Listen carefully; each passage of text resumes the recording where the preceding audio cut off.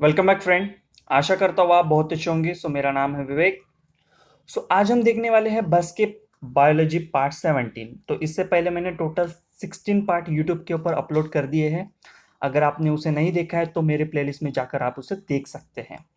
तो इस लेक्चर में हम क्या पढ़ेंगे कि रूट एयर क्या होता है, उसके बाद अपोप्लास्ट पाथवे क्या होता है, सिम्प्लास्ट पाथवे क्या होता है, एक्टिव एंड पैसिव एब्सॉर्प्शन क्या होता है, फिर असेंट ऑफ सैप एंड उसके बाद फिर गटेशन एंड रेस्पिरेशन क्या होता है, वो भी आज हम इस लेक्चर में पढ़ने वाले हैं। सबसे इंपॉर्टेंट चीज, अगर आपको मेरा कंटेंट पसंद आता है तो प्लीज सब्सक्राइब माय चैनल, क्योंकि ये मेरे लिए एक मोटिवेशन का काम करेगा। जितने लोग सब्सक्राइब एंड लाइक करेंगे उतना मैं और वीडियो डालते ही जाऊंगा। अगर इस लेक्चर की पीडीएफ चाहिए तो आप इस टेलीग्राम चैनल को ज्वाइन कर सकते हैं बाय सर्चिंग yum@विक्की। So let us start. तो फर्स्ट है हमारा point, absorption of absorption of what movement of water. Okay, अब देखो प्लांट में वाटर का जो मूवमेंट है वो कैसे होता है। देखो, अगर अगर ह्यूमन जो बीइंग है वो वाटर जो लेता है, कहाँ से लेता है, हमारे माउथ से लेता है, फिर एसोफेगस में जाता है, जो भी स्टमक में जाता है, फिर स्मॉल इंटेस्टाइन में जाता है। तो वैसे ही एक पाथवे होता है जिसके थ्रू प्लांट में वाटर जाता है। अब ये प्लांट में वाटर स्टार्टिंग कहाँ से जाता है, देखो जो रूट होते हैं, ठीक है ना, ऐसा रूट हो गए। ओके, तो इस रूट के ऊपर ऐसे छोटे छोटे स्ट्रक्चर होते हैं। ओके, इन स्ट्रक्चर को बोला जाता है रूट हेयर। यहाँ आपको देख सकते हैं, उस स्ट्रक्चर को बोला जाता है रूट हेयर। एंड यही रूट हेयर क्या करते हैं, जो भी वाटर में सॉइल में वाटर है उसे एब्सॉर्ब करते हैं। अब इस एब्सॉर्प्शन को बोला जाता है ऑस्मोसिस। इसके बारे में मैंने प्रीवियस लेक्चर में कहा था। तो इस ऑस्मोसिस के थ्रू रूट हेयर क्या करते हैं, जो भी सॉइल में वाटर प्रेजेंट होता है उसे वो एब्सॉर्ब करते हैं। अब नेक्स्ट है, अब देखो इसका कुछ पाथवेज होते हैं। कौन से पाथवे ये फॉलो करते हैं, तो उससे पहले आपको ये समझना होगा फ्रेंड कि दो टाइप के सेल टिश्यूज होते हैं जो फूड एंड दूसरा वाटर एंड मिनरल को ट्रांसपोर्ट करते हैं।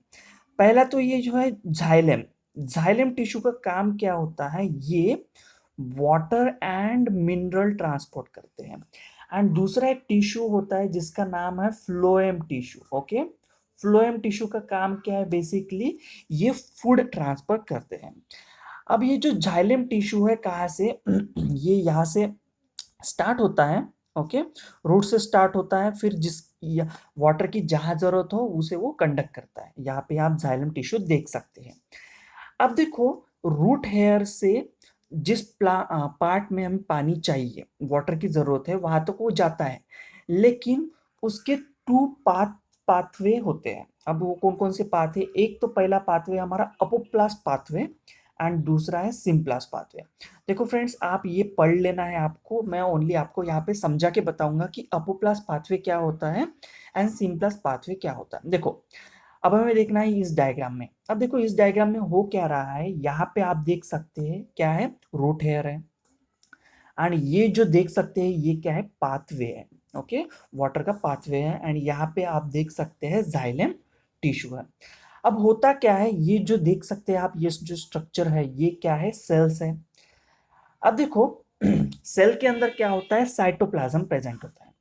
तो पहला पाथवे में क्या हो रहा है, ये जो पानी वाटर है रूट हेयर से अंदर आ रहा है।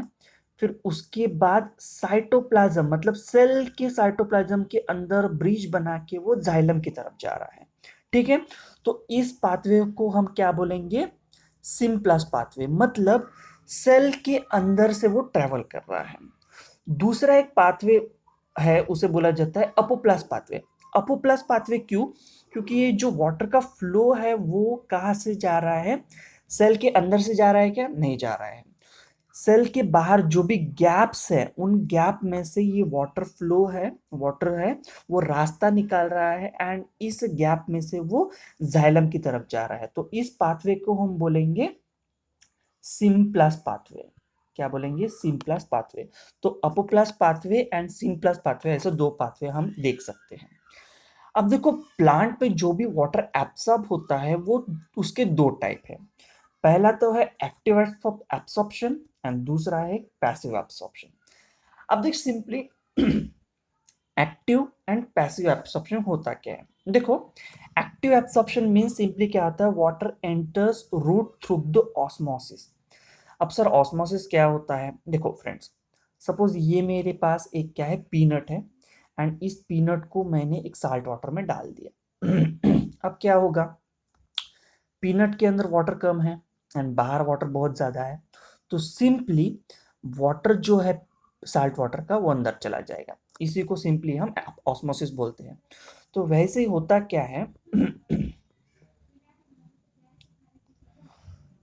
रूट जो होता है, ओके, तो बाहर जो सॉइल में वाटर बहुत है एंड रूट के अंदर वाटर कम है, तो ये वाटर अंदर चला जाता है, इसी को बोलते हैं सिंपली ऑस्मोसिस। ठीक है, तो इससे इसी को बोला जाता है एक्टिव एब्सॉर्प्शन, मतलब रूट हेयर एक्टिवली वाटर को अंदर की तरफ खींच रहे हैं, एब्सॉर्ब कर रहे हैं, इसलिए उसे बोला जाता है एक्टिव एब्सॉर्प्शन। अब देखो पैसिव एब्सॉर्प्शन मीन्स क्या होता है, एक्चुअली पैसिव क्यों बोला जाता है, क्योंकि प्लांट जो है खुद से पानी को एब्सॉर्ब नहीं करता है, प्लांट के अंदर वाटर की डिफिशियंसी आ जाती है। जैसे फॉर एग्जांपल अगर मैं बोलूंगा कि एक ह्यूमन बीइंग है, ओके, एंड उसने बहुत सारा वर्क किया है, तो क्या होगा, उसकी एनर्जी डिफिशियंसी हो गई एंड फिर से उसको एनर्जी चाहिए, इसलिए वो फूड खा रहा है, तो इसीलिए उसे पैसिव बोला जाता है। क्यों? अगर वो पर्सन काम ही नहीं करेगा तो उसकी एनर्जी लॉस होगी क्या? नहीं। तो अगर एनर्जी लॉस ही नहीं हो रही तो फूड क्यों कंज्यूम करेगा? तो इसीलिए एक सेम एग्जांपल है। तो पैसिव एब्सॉर्प्शन में होता क्या है, जो भी वाटर है प्लांट के अंदर का वो ट्रांसपिरेशन थ्रू, ओके, मतलब ल्यूज के बाहर से वो चला जाता है। ल्यूज मतलब पान, ओके, जो भी पत्ते हैं उसके उसके ऊपर छोटे छोटे होल्स होते हैं एंड उस होल्स के थ्रू पानी प्लांट के बाहर चला जाता है, मतलब वाटर की डिफिशियंसी हो जाती है। एंड यही डिफिशियंसी, इसी डिफिशियंसी को फुलफिल करने के लिए प्लांट क्या करता है, रूट के थ्रू फिर से वाटर एब्सॉर्ब करता है। तो इसी प्रोसेस को क्या बोलते हैं हम, पैसिव एब्सॉर्प्शन। एंड फर्स्ट वाला है हमारा एक्टिव एब्सॉर्प्शन।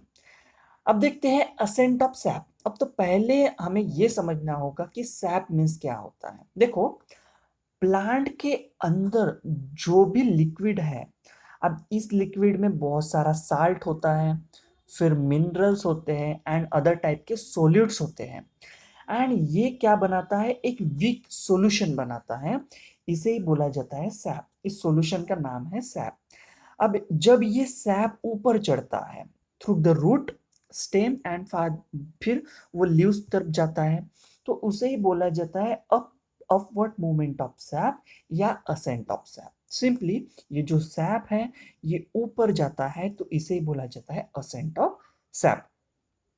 अब हम देखते हैं कि रूट प्रेशर क्या होता है। ओके, रूट में एक प्रेशर क्रिएट होता है। जैसे फॉर एग्जांपल रूट प्रेशर को समझाने से पहले मैं एक बात समझाना चाहता हूँ। जैसे एक नल है, ओके, एंड नल से कंटिन्यू पानी जा रहा है एंड यहाँ पे मैंने एक पाइप लगा दिया है एंड ये पाइप इधर मैंने कनेक्शन जोड़ दिया है। सडनली मैंने ये पाइप का कनेक्शन कट ऑफ कर दिया है यहाँ से, लेकिन यहाँ पे पानी है, ये फ्लो हो रहा है, ओके, एंड पानी का सप्लाई कट ऑफ कर दिया है, तो क्या हो गया, एक रूट प्रेशर क्रिएट हो गया।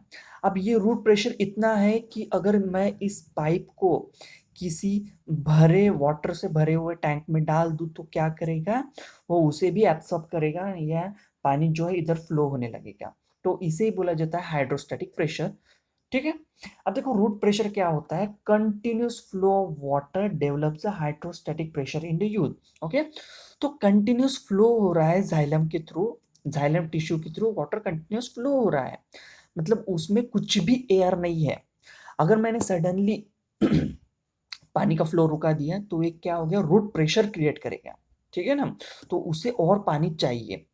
तो ये जो रूट प्रेशर है, प्लांट का जो रूट प्रेशर है वो किससे मेजर किया जाता है, मैनोमीटर नाम का एक इंस्ट्रूमेंट, जो ये डायग्राम में मैंने दिखाया है, इस मैनोमीटर नाम की इंस्ट्रूमेंट थ्रू हम प्लांट में रूट प्रेशर मेजर कर सकते हैं। देखो एक फैक्चुअल क्वेश्चन है फ्रेंड्स, ये मल्टीपल चॉइस क्वेश्चन में पूछने के बहुत बहुत चांसेस है। तो मैनोमीटर किसके लिए यूज किया जाता है, for the measurement of root pressure in the plant.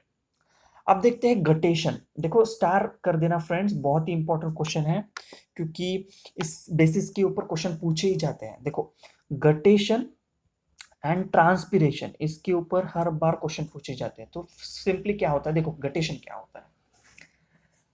अब देखो प्लांट जो है, प्लांट में वाटर तो आ रहा है रूट के थ्रू।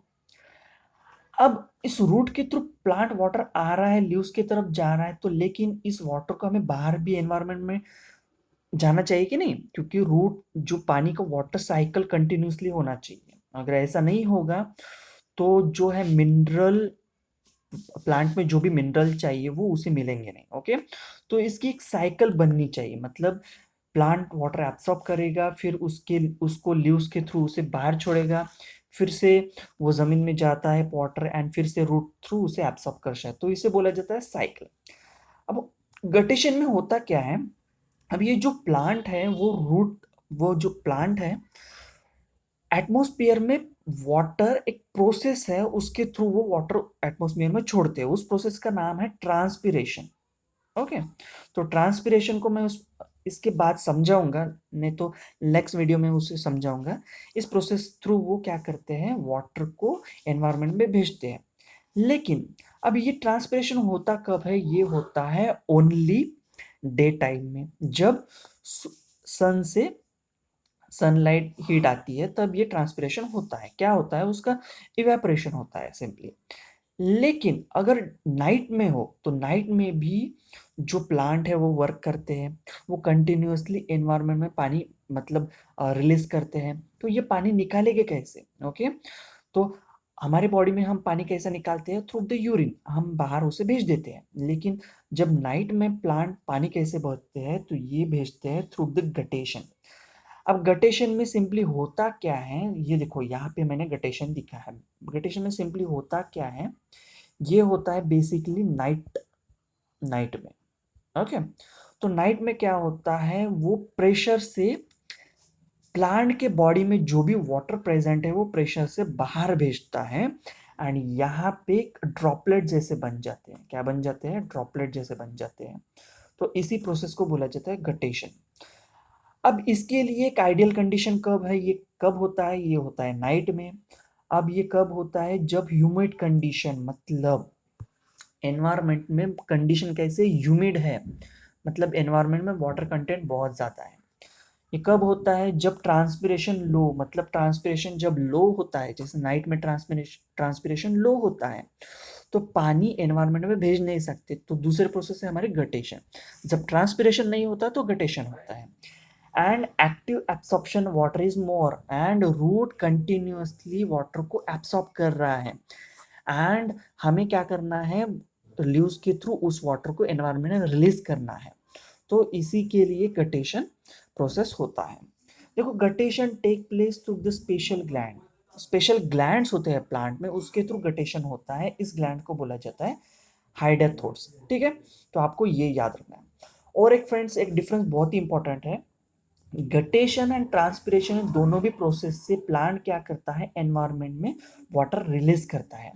अब ये गटेशन कब होता है, जब स्टोमेटा क्लोज होती है एंड नाइट में, स्टोमेटा कब क्लोज होती है, नाइट में क्लोज होती है। तो गटेशन कब होता है, ये होता है नाइट में। एंड ट्रांसपिरेशन कब होता है, जब स्टोमेटा ओपन होती है। एंड स्टोमेटा कब ओपन होती है, ये होती है डे टाइम में। ठीक है, तो इसे स्टार लगा लेना फ्रेंड, क्योंकि ये बहुत ही इंपॉर्टेंट क्वेश्चन है। आई होप आपको यहाँ तक समझ में आया होगा। अगर इस लेक्चर की पीडीएफ चाहिए तो आप मेरे टेलीग्राम चैनल को ज्वाइन कर सकते हैं, एंड कुछ भी क्यूरीज हो तो आप मुझे कमेंट कर सकते हैं। And please subscribe, don't forget to subscribe my channel, and please like my channel. Thank you for watching my video.